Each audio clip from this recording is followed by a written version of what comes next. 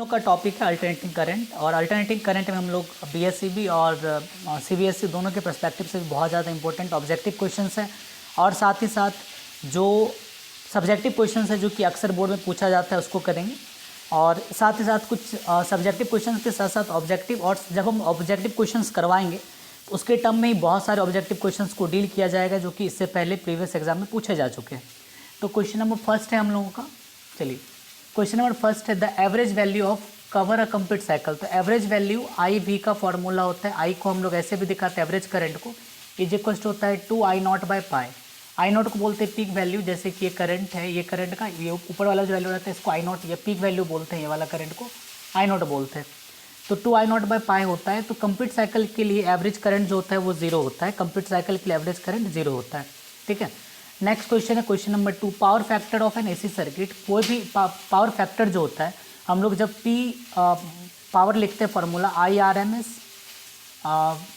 ERMS into cos phi. यहाँ पे जो कॉस फाई को ही क्या बोला गया, पावर फैक्टर बोला गया। तो पावर फैक्टर क्या बताता है, तो power lost in the circuit, power lost in the circuit के बारे में डील करता है। पावर फैक्टर का नॉर्मली फॉर्मूला क्या जानते हैं हम लोग कि रियल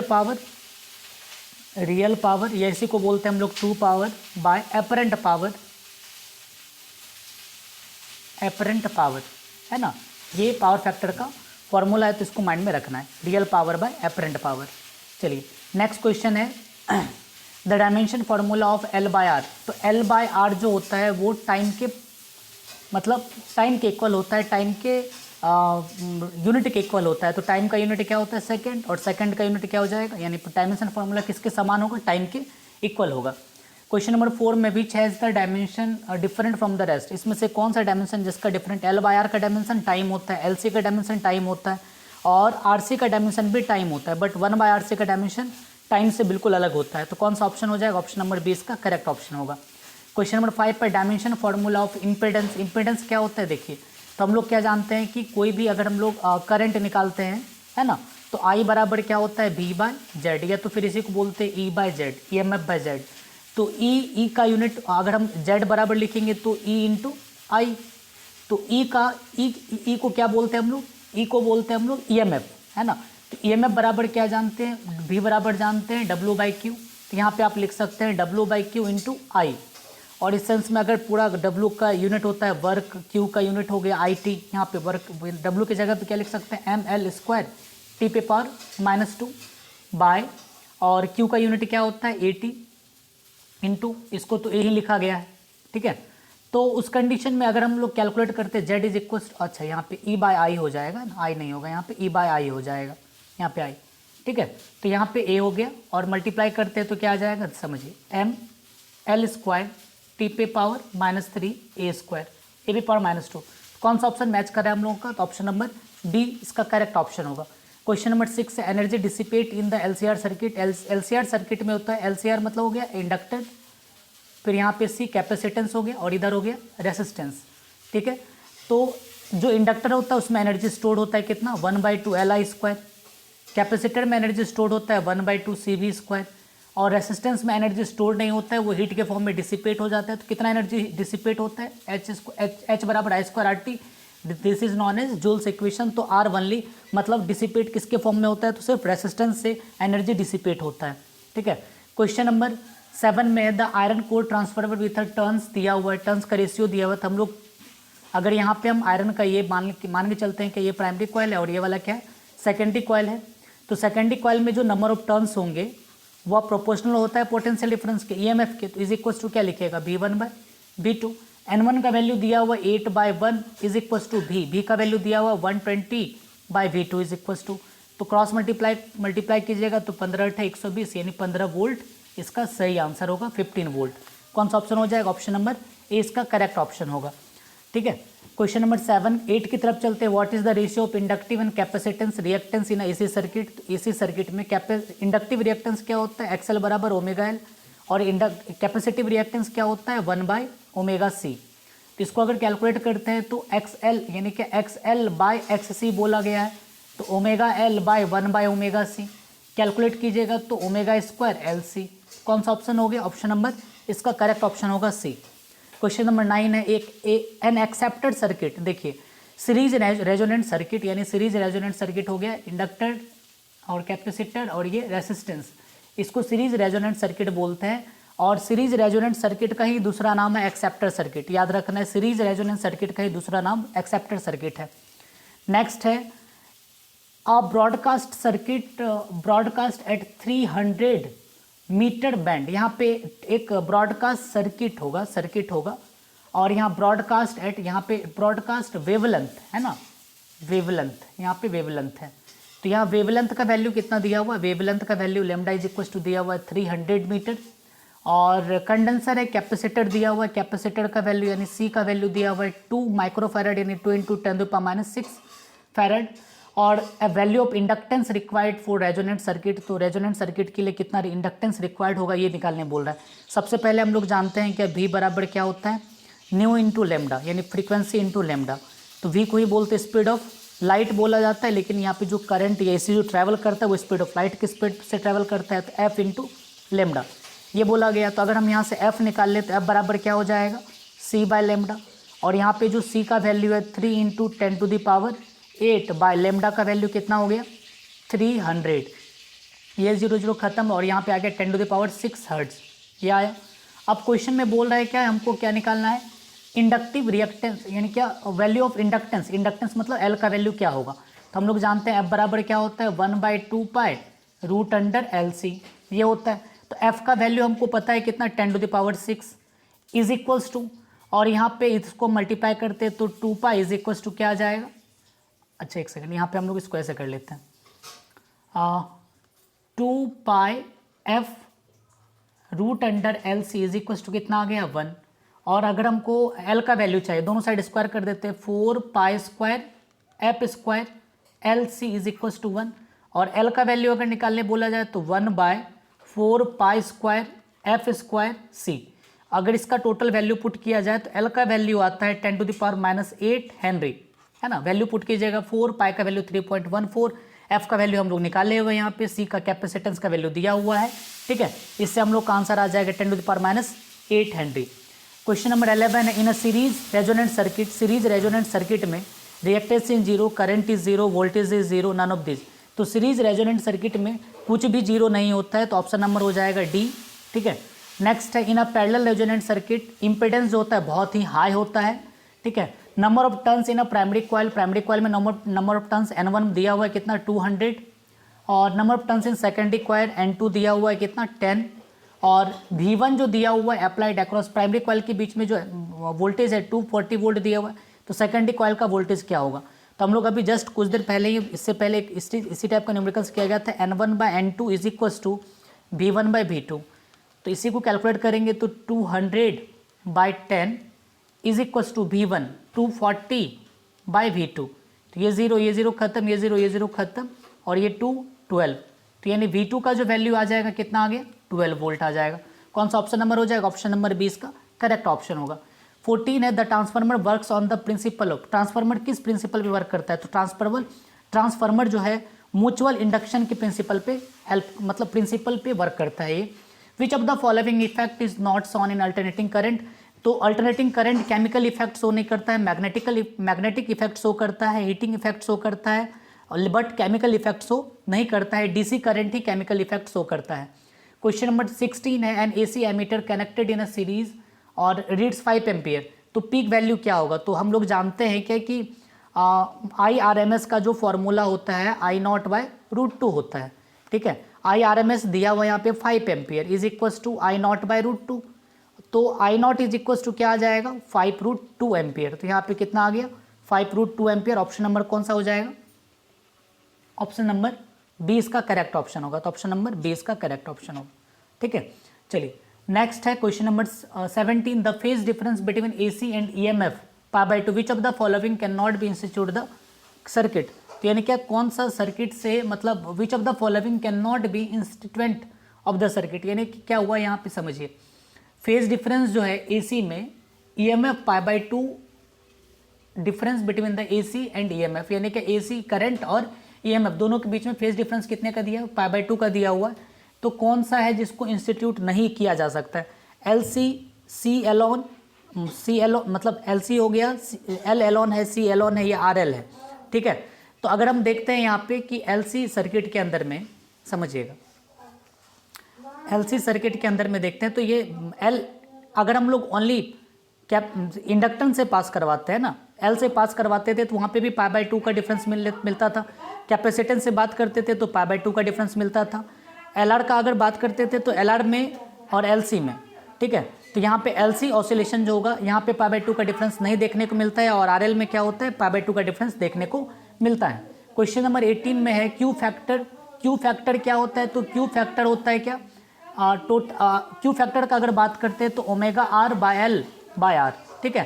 क्यू फैक्टर का ये फॉर्मूला होता है, और नॉर्मली हम लोग क्या जानते हैं क्यू फैक्टर क्या होता है, एक्स, यानी दैट मीन्स की पावर जो होता है वो इंडक्टर या कैपेसिटेंस के बीच का बाय पावर ऑफ इंडक्टर, यहाँ पे लिख देते हैं पावर ऑफ इंडक्टर या फिर power of capacitor by power of resistance, ठीक है।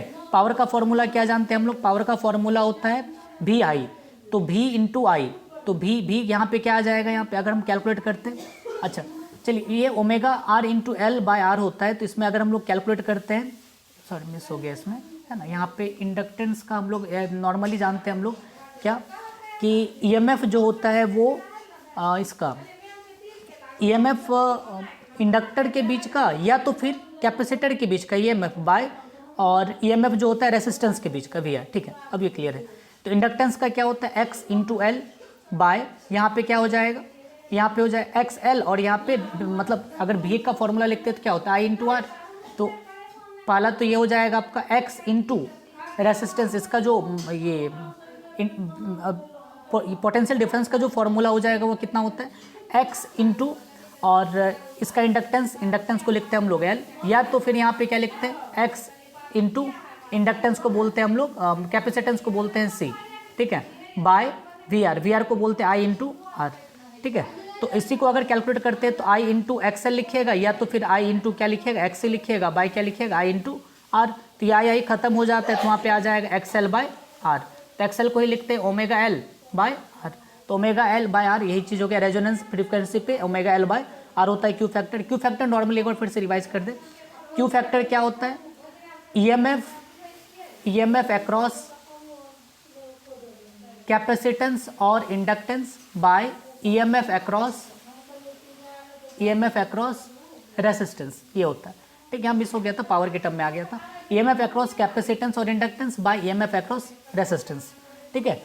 तो ईएमएफ ये कैलकुलेट करना है आपको अच्छी तरह से, ठीक है। ये वाला क्या है, तो ये वाला क्या है, R square by omega square L square, ये impedance of L R circuit है, ये क्या है इम्पिडेंस ऑफ आरसी सर्किट है, सीआर सर्किट है, और तो इधर कुछ है नहीं, है ना, वही सेम चीज़ यहाँ पे रिपीट हुआ, तो ये भी इम्पिडेंस ऑफ आरसी सर्किट है, ठीक है। तो ये इम्पिडेंस भी क्वेश्चन पूछा जाता है कि एलआर सर्किट का इम्पिडेंस कितना होगा, ये सीआर सर्किट का इम्पिडेंस कितना होगा, एलसीआर सर्किट का इम्पिडेंस कितना होगा, तो एलसीआर सर्किट का इम्पिडेंस कितना होता है R square plus omega L minus 1 by omega C का होल स्क्वायर, ये एलसीआर सर्किट का इम्पिडेंस होता है, तो ये भी आपको माइंड में रखना है, ठीक है। क्वेश्चन नंबर 19 की तरफ चलते हैं। फैराडेज कांस्टेंट क्या है, फैराडेज कांस्टेंट एक यूनिवर्सल कांस्टेंट है, ठीक है। नेचुरल फ्रीक्वेंसी दिया हुआ एलसी सर्किट का इज इक्वल्स टू, तो नेचुरल फ्रीक्वेंसी एलसी सर्किट का जो इक्वल होता है तो 1/2 पाई रूट अंडर एलसी के इक्वल होता है, तो यहाँ पे 2 पाई 3 पाई नहीं होगा बल्कि 2 पाई होगा। ऑप्शन नंबर क्या आ जाएगा, बी इसका करेक्ट ऑप्शन होगा। क्वेश्चन नंबर 21 में दिया हुआ है कि एलसीआर सर्किट है 50 वोल्ट है, यानी 100 वोल्ट है, और 100 वोल्ट यहाँ पे कैपेसिटर दिया 50 ओम का, तो करंट कितना जाएगा, करंट जाएगा आपका 100/50, तो आ गया 2 एम्पियर का करंट जाएगा, और पोटेंशियल डिफरेंस होगा इसके बीच में 100 वोल्ट का होगा, 100 वोल्ट और करंट का वैल्यू 2 एम्पियर। 22 नंबर है बैंडविथ दिया हुआ है सीरीज रेजोनेंट सर्किट में, तो बैंडविथ का जो फॉर्मूला हो जाता है F0/Q0 होता है, F0 को बोलते हैं रेजोनेंट फ्रीक्वेंसी, और Q0 को बोलते हैं, F0 क्या है रेजोनेटिंग फ्रीक्वेंसी, है ना, रेजोनेटिंग फ्रीक्वेंसी, और Q0 को बोलते हैं क्वालिटी फैक्टर, है ना, क्वालिटी फैक्टर, ठीक है। क्वेश्चन नंबर 23 है a rejector circuit is a, rejector circuit क्या है, तो रिजेक्टर सर्किट को नाम दिया जाता है हम लोग पैरेलल रेजोनेंट सर्किट बोलते हैं, और सीरीज रेजोनेंट सर्किट को एक्सेप्टर सर्किट के नाम से जानते हैं। इंडक्टिव रिएक्टेंस दिया हुआ एक्सएल इज इक्वल्स टू, निकालना है हमको, अच्छा एक्सएल दिया हुआ है, इंडक्टिव रिएक्टेंस दिया हुआ है कितना 1/π, और यहाँ पे वैल्यू दिया हुआ है, एफ का वैल्यू दिया हुआ है 50, फ्रीक्वेंसी का वैल्यू दिया हुआ 50 हर्ट्ज। तो निकालना है आपको क्या, इसमें निकालना है इंडक्टिव रिएक्टेंस इतना, एक सेकंड, ये 1/π हेनरी है ना। तो ये एल का वैल्यू दिया है 1/π हेनरी, ठीक है। तो एक्सएल का फॉर्मूला क्या होता है, ओमेगा इंटू एल। तो ओमेगा को क्या लिखोगे आप, ओमेगा को लिखते हैं हम लोग 2π/t इंटू, इसको बोल दिए हम लोग एल और ये बोल दिए एक्सएल। तो यहाँ पे आ गया क्या लिखेगा 2π इंटू 1/t को क्या लिखोगे 50 हर्ट्ज इंटू एल का वैल्यू लिखेंगे 1/π। ये दोनों खत्म, तो कितना आ जाएगा 100 ओम आ जाएगा। इसका आंसर कौन सा ऑप्शन नंबर हो जाएगा, ऑप्शन नंबर सी इसका करेक्ट ऑप्शन होगा। 25 में है कि a pure inductive circuit, pure inductive circuit में ईएमएफ जो होता है वो π/2 से पीछे रहता है। ईएमएफ जो होता है करंट से π/2 से पीछे रहता है, लैग बिहाइंड ईएमएफ बाय π/2, ठीक है। अब यहाँ पे दिया हुआ है आई का वैल्यू दिया हुआ, आई कितना दिया हुआ है 3t sin t, ठीक है। तो यहाँ वोल्टेज कितना होगा, तो वोल्टेज या ईएमएफ बराबर फॉर्मूला होता है इंडक्टर के अंदर में L D I by D T. तो एल का तो वैल्यू दिया हुआ है 1 हेनरी, तो 1 हेनरी पुट करेंगे डी बाई डी टी, और यहाँ पे आ गया 3t sin t, 3t sin t, ठीक है। तो उस कंडीशन में अगर 3 को करते हैं तो सॉल्व, तो 3 और 3t का डिफ्रेंसिएशन करेंगे तो 3 आ जाएगा, sin t as it is आ गया, ठीक है। u इंटू वी के फॉर्मूला पे पुट किया गया इसको। फिर साइन का डिफ्रेंसिएशन करेंगे तो cos t इंटू 3t का 3, तो क्या आ जाएगा 3 sin t plus 3 cos t। क्या आ जाएगा इसका इंडक्टेंस, इसका इंडक्टेंस आ जाएगा क्वेश्चन, मतलब इसका जो वोल्टेज अक्रॉस आ जाएगा 3 sin t plus 3 cos t। 27 number में दिया हुआ x और y जो है ये कनेक्टेड है सीरीज में, तो x और y दोनों इंडक्टेंस, दो कॉइल है ना। तो दो कॉइल है, यहाँ पे एक कॉइल हुआ, फिर दूसरा कॉइल यहाँ पे है, ठीक है। ये दोनों सीरीज में कनेक्टेड, और इसका कुछ रेसिस्टेंस दिया हुआ है, कितना रेसिस्टेंस दिया हुआ है इसका 0.02, इसका रेसिस्टेंस दिया हुआ है 5 ओम, और इसका रेसिस्टेंस पता नहीं है, ठीक है। तो x का दिया हुआ ये R2 मान लेते हैं इसको, और ये L1 हो गया, ये वाला क्या हो जाएगा L2 हो जाएगा। तो L1 का वैल्यू और दोनों का पावर जो दिया है, पावर दिया हुआ है 3000 वाट, मतलब 3 किलो वाट है यहाँ पे, तो इसको लिख सकते हैं आप 3000 वाट। और पावर सप्लाई दिया हुआ है, V का वैल्यू दिया हुआ है 240 वोल्ट, और फ्रीक्वेंसी का वैल्यू दिया हुआ है 50 हर्ट्ज, ठीक है। तो अब यहाँ पे क्वेश्चन में दिया हुआ है क्या कि पावर कंज्यूम दिया हुआ है, पावर फैक्टर भी दिया हुआ है, पावर फैक्टर को बोलते हैं हम लोग cos फाई का वैल्यू दिया हुआ है 0.75। तो उस कंडीशन में अगर हमको कैलकुलेट करने बोला जाए तो पावर फैक्टर का डायरेक्ट फॉर्मूला आप लगा सकते हैं v² cos फाई, ये हो गया। तो v² का वैल्यू कितना 240 इंटू 240 z का वैल्यू कितना आ जाए, इम्पिडेंस कितना दिया हुआ है, तो इम्पिडेंस नहीं पता है, और पावर का वैल्यू दिया हुआ है 3000 z इंटू कॉस फाई का वैल्यू दिया हुआ 0.75।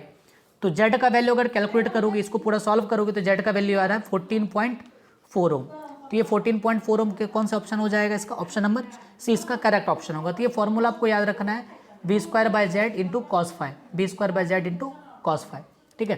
क्वेश्चन नंबर 28 है, इसमें दिया हुआ है कि y के अक्रॉस में कितना रेसिस्टेंस आएगा, इससे पहले वाले प्रॉब्लम में। तो y के अक्रॉस में कितना रेसिस्टेंस आएगा, तो इम्पिडेंस तो निकाल चुके थे, और EMF दिया हुआ था। तो उस कंडीशन में अगर बोला जाए कि y का कितना रेसिस्टेंस आएगा, तो इसके लिए हम लोग नॉर्मली क्या फॉर्मूला लगाते हैं समझिए। तो इसका अगर हम लोग cos phi is equal to हम लोग लिखते हैं R1 प्लस R2/z, ये लिखा जाता है, ठीक है। cos phi is equal to, तो R1 का वैल्यू दिया हुआ था z इंटू कॉस फाई हो जाएगा, इज इक्वल टू क्या लिखेंगे R1 प्लस R2। तो z का वैल्यू कितना था उधर, तो 14.4 शायद यही था, एक सेकेंड,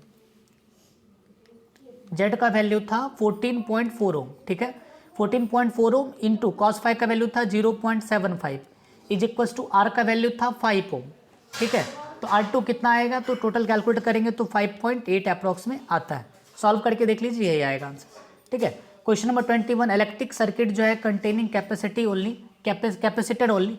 कैपेसिटर जो होता है वो डीसी करंट को पूरा तरह से ब्लॉक कर देता है। ब्लॉक करने का मतलब है कि डीसी जो है बहुत ही ज़्यादा इन्फानाइट रेसिस्टेंस प्रोड्यूस करता है यानी कैपेसिटर जो डीसी के लिए बहुत ही इन्फानाइट रेसिस्टेंस प्रोड्यूस करता है, जिसके कारण उसको पूरी तरह से ब्लॉक कर देता है। तो ऑप्शन नंबर क्या हो जाएगा D. 30 average power dissipation in a pure inductance और कैपेसिटर। तो कैपेसिटर और इंडक्टेंस से एवरेज पावर क्या होगा, डिसिपेट कितना होगा, तो प्योर कैपेसिटर और इंडक्टेंस से जो एवरेज पावर डिसिपेट होता है वह कितना होता है जीरो पावर डिसिपेट होता है, ये याद रखना है, क्योंकि कॉस फाई का वैल्यू यहाँ पे जीरो, मतलब ये क्या बोलते हैं, जीरो पावर डिसिपेट होता है, ये माइंड में याद रखना है अच्छी तरह से, है ना। चाहे वो प्योर इंडक्टर बोले या फिर प्योर कैपेसिटर बोले, बट प्योर रेसिस्टेंस में एवरेज पावर जीरो नहीं होता है, P is equal to VI लेते हैं उसमें। अब इंपॉर्टेंट क्वेश्चंस की बारी है, तो इंपॉर्टेंट क्वेश्चंस में पहला आएगा आपका आई एवरेज फॉर्मूला प्रूव करने के लिए 2I0/π, ये पहला पॉसिबिलिटी बनता है। दूसरा होता है IRMS बराबर होता है I0/√2। फिर तीसरा पॉसिबिलिटी बनती है इसमें एवरेज पावर कैलकुलेट करने बोला जाता है ERMS इंटू कॉस फाई। ये ट्रांसफार्मर का कंस्ट्रक्शन पूछा जाता है, वर्किंग पूछा जाता है, प्रिंसिपल पूछा जाता है, चौक कॉइल के बारे में पूछा जाता है 2 मार्क्स क्वेश्चन में, वाटलेस करंट के बारे में पूछते हैं, वाटलेस करंट के बारे में पूछा जाता है, and the third is wattless current के बारे में पूछा जाता है, वाटलेस करंट। ठीक है, बहुत बार ऐसा देखा गया है कि what is RMS value of current या तो फिर what is average power current पूछा जाता है, तो ये बहुत बार रिपीट हुआ है। ठीक है, क्वेश्चन नंबर ये आप लोग देख लीजिएगा अच्छी तरह से, क्या क्या बोले, मीन वैल्यू करंट या फिर एवरेज करंट क्या होता है कंप्लीट या हाफ साइकिल के लिए, RMS करंट क्या होता है I0/√2, एवरेज पावर का formula ERMS into cos phi, transformer construction working principle, choke coil पूछा जा रहा है, वाटलेस करंट पूछा जा रहा है, और वाटलेस करंट, और एक क्वेश्चन था इसी में ट्रांसफार्मर में ही एनर्जी लॉस के बारे में। हाँ, एनर्जी लॉस इन ट्रांसफार्मर, ये भी क्वेश्चन बहुत ज़्यादा इंपॉर्टेंट है, एनर्जी लॉस इन ट्रांसफार्मर। और एक क्वेश्चन लास्ट है आपका LCR सर्किट को डिराइव करने बोल रहा है। ऑब्जेक्टिव क्या क्या बनता है, तो इम्पिडेंस का फॉर्मूला क्या होगा तीनों के लिए, तो इम्पिडेंस का formula LC circuit, LR circuit और RC सर्किट। ठीक है, तीनों के लिए आपको LCR सर्किट, तो तीनों के लिए आपको इम्पिडेंस का फॉर्मूला देख पूरा तरह से रट के जाना है। व्हाट इज इम्पिडेंस, ये भी कितना बार पूछा है कि what is impedance and what is reactance. और साथ ही साथ एक क्वेश्चन और बहुत ज़्यादा फ्रिक्वेंटली जो अक्सर पूछा जा रहा था, पहले पूछता था 2 साल 3 साल पहले, अब से देखा जा रहा है कुछ दिनों से कि वो दोनों रिमूव कर दिया गया है, तो वो है आपका LC ऑसिलेशन के बारे में लिखने के लिए। थोड़ा सा लंबा जाता है बट आपको लिखना है LC ऑसिलेशन के बारे में। ठीक है, तो हम लोग का ये अल्टरनेटिंग करंट था। अल्टरनेटिंग करंट में आपको अच्छी तरह से रिवाइज करना है, और वीडियो सेशन देखने के बाद सिर्फ ये नहीं किया कि आप सिर्फ ऑब्जेक्टिव कर रहे हो या न्यूमेरिकल टाइप ऑब्जेक्टिव कर रहे हो।